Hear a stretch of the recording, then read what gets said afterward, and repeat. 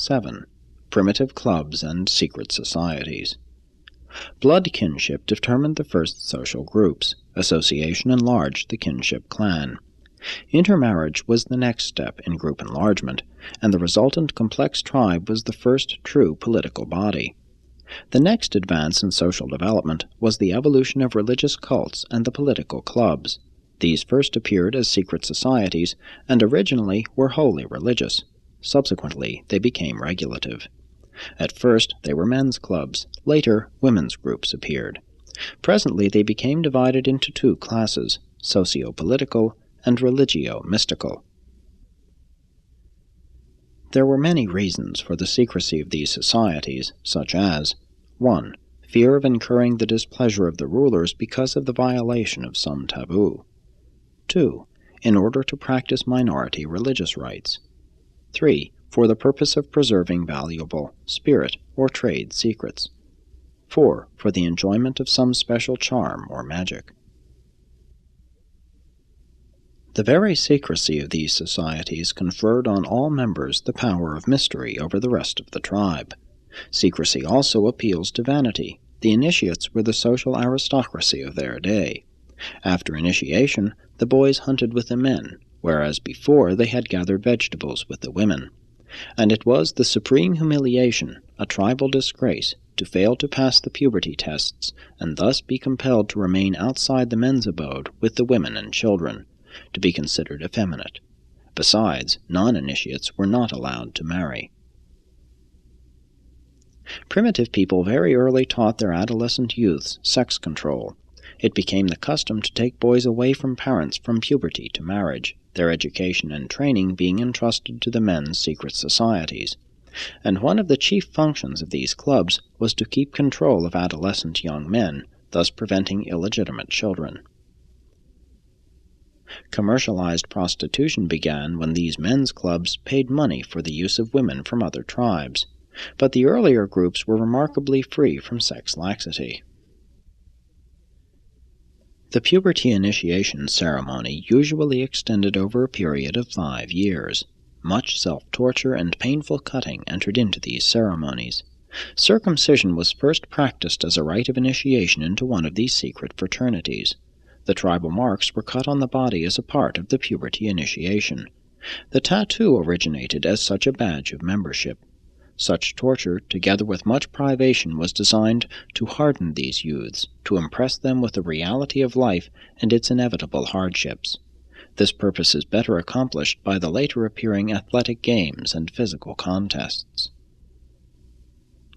But the secret societies did aim at the improvement of adolescent morals. One of the chief purposes of the puberty ceremonies was to impress upon the boy that he must leave other men's wives alone. Following these years of rigorous discipline and training, and just before marriage, the young men were usually released for a short period of leisure and freedom, after which they returned to marry and to submit to lifelong subjection to the tribal taboos. And this ancient custom has continued down to modern times as the foolish notion of sowing wild oats. Many later tribes sanctioned the formation of women's secret clubs, the purpose of which was to prepare adolescent girls for wifehood and motherhood. After initiation, girls were eligible for marriage and were permitted to attend the bride show, the coming-out party of those days. Women's orders pledged against marriage early came into existence. Presently, non-secret clubs made their appearance, when groups of unmarried men and groups of unattached women formed their separate organizations.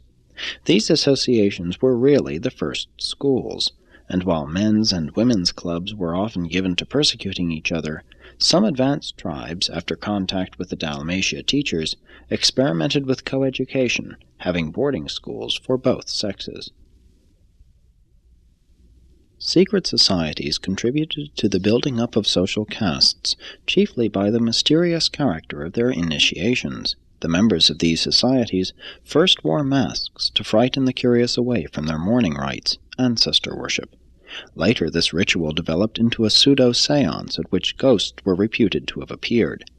The ancient societies of the New Birth used signs and employed a special secret language. They also forswore certain foods and drinks. They acted as night police and otherwise functioned in a wide range of social activities. All secret associations imposed an oath, enjoined confidence, and taught the keeping of secrets. These orders awed and controlled the mobs. They also acted as vigilance societies, thus practicing lynch law. They were the first spies when the tribes were at war, and the first secret police during times of peace. Best of all, they kept unscrupulous kings on the anxious seat.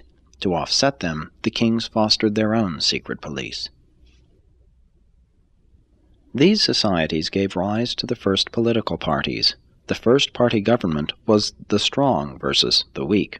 In ancient times, a change of administration only followed civil war, abundant proof that the weak had become strong. These clubs were employed by merchants to collect debts and by rulers to collect taxes. Taxation has been a long struggle, one of the earliest forms being the tithe, 1/10 of the hunt or spoils. Taxes were originally levied to keep up the king's house, but it was found that they were easier to collect when disguised as an offering for the support of the temple service. By and by, these secret associations grew into the first charitable organizations, and later evolved into the earlier religious societies, the forerunners of churches. Finally, some of these societies became intertribal, the first international fraternities.